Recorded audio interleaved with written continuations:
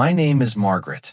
I am 71 years old, a retired school teacher who spent 32 years in the same classroom. I live alone. My husband Gerald passed 6 years ago, quietly, in his sleep the way good men sometimes go. I never remarried. I never needed to. I am the kind of woman who fixes her own leaky faucet, tends her own garden, and never not once in her adult life has asked anyone for a single thing. My independence is not a personality trait. It is a bone-deep part of who I am. I never imagined that my greatest act of strength would one day look exactly like letting go. That house was not just a building. It was 38 years of living, loving, and surviving. Gerald planted rose bushes along the front fence. The spring we moved in, they still bloomed every June without fail. The kitchen counter had a small chip from the time my son threw a toy truck at age 5. The porch swing had been repainted 4 times, but never replaced. The house was fully paid off, worth a little over $90,000, my only real financial asset. I had no pension beyond a modest monthly check. That house was my security, my foundation, my plan. I had intended to die in it peacefully, surrounded by everything familiar. Clara was my late sister Patricia's youngest daughter, 34 years old, sharp-eyed and warm, with Patricia's same laugh that filled every room she walked into. When Patricia died, Clara was only 19. I became the person she called when she was scared, proud, or confused. She spent summers here, holidays here. We baked together every Christmas Eve without exception. She called me her second mom, and I never corrected her, because in every way that truly mattered, she was right. When Clara opened her artisan bakery 3 years ago, I was the first customer through the door. I bought 2 loaves of sourdough and cried the whole drive home. It was 12:17 in the morning, on a cold Thursday when the phone rang. I was already asleep. I go to bed early, always have. The ringtone pulled me up through the darkness, and before I even looked at the screen, something in my chest already knew. It was Clara. Her voice came through broken, barely held together, not making complete sentences at first. Just fragments. Words like, losing everything, and don't know what to do, and nowhere to turn. I sat up in bed, feet flat on the cold floor, heart beating hard. I kept my voice steady the way I always did for her. Clara, slow down. Start from the beginning.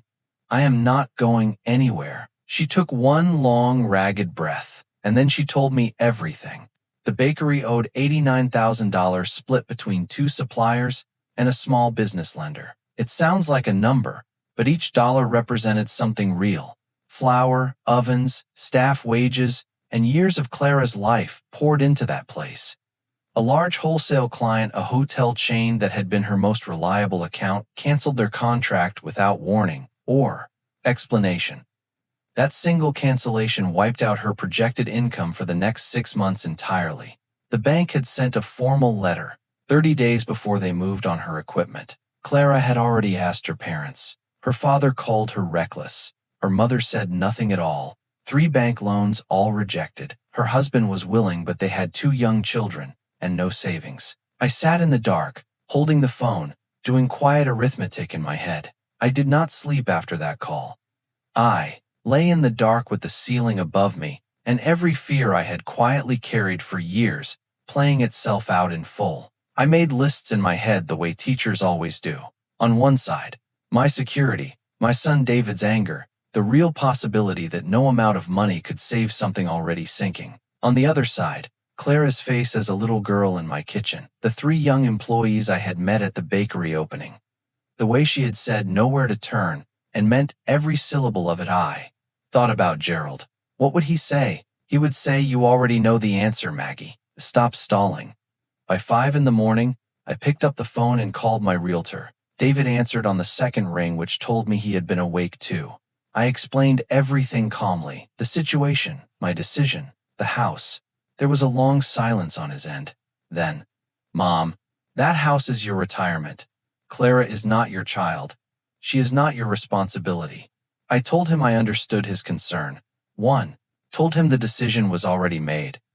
His voice sharpened. He mentioned lawyers, mentioned cognitive decline, told me I wasn't thinking clearly. I reminded him, with all the calm I could hold, that the house had always been mine. that it was mine to give. We hung up with nothing resolved between us.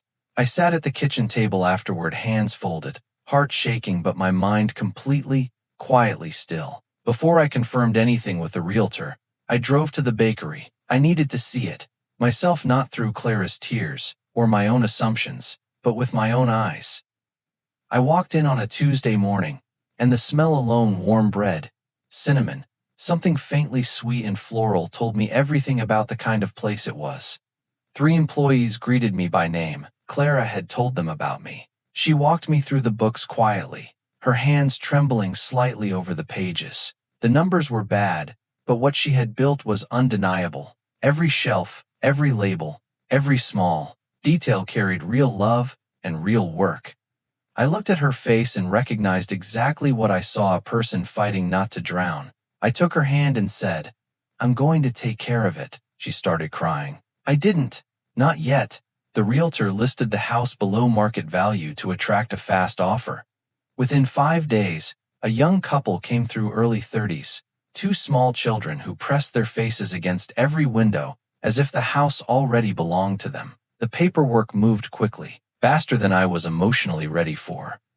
I began packing and discovered something nobody tells you about dismantling a life. The hardest things to pack are never the heavy ones. It is the small things.